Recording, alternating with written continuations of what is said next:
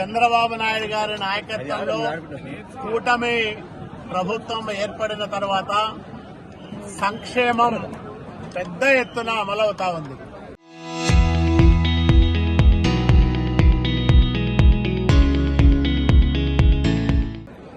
ఒకవైపు పెన్షన్లు, గ్యాస్ సిలిండర్లు, మహిళలకు ఉచిత బస్సు ప్రయాణాలు, అన్నదాత సుఖీభవ కింద రైతులకు సహాయం, అట్లాగే తల్లికి వందనం పేరుతో 10,000 కోట్ల రూపాయలు డబ్బులు ఇవ్వడం, ఇన్ని కార్యక్రమాలు చేస్తూనే మహనీయుడు తెలుగుదేశం పార్టీ వ్యవస్థాపక అధ్యక్షులు ఎన్టీ రామారావు గారి సంక్షేమ శ్రేయోరాజ్య స్థాపనలో భాగంగా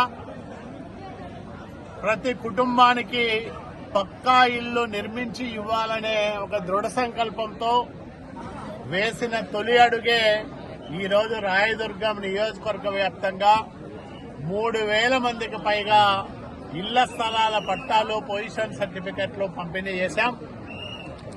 ఈ ప్రభుత్వం ఏర్పడిన తర్వాత ఈ 20 నెలల కాలంలోనే 4,186 మంది పేదలకు, గ్రామీణ ప్రాంతాల్లో ఉండే నిరుపేదలకు ప్రభుత్వ స్థలాల్లో పొజిషన్ సర్టిఫికెట్లు ఇచ్చాం.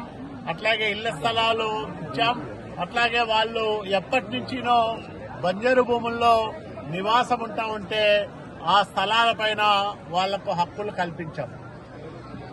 ఈ కార్యక్రమం చేయడం ద్వారా రిజిస్ట్రేషన్ వాల్యూ ప్రకారమే, అంటే బహిరంగ మార్కెట్లో ఉన్న విలువ కాకుండా రిజిస్ట్రేషన్ వాల్యూ ప్రకారమే 53,46,00,000 రూపాయలు విలువ చేసే ఆస్తులను పేదలకు ఇళ్ల స్థలాల రూపంలో పంచిపెట్టడం మా అందరికీ చాలా గర్వకారణంగా ఉంది.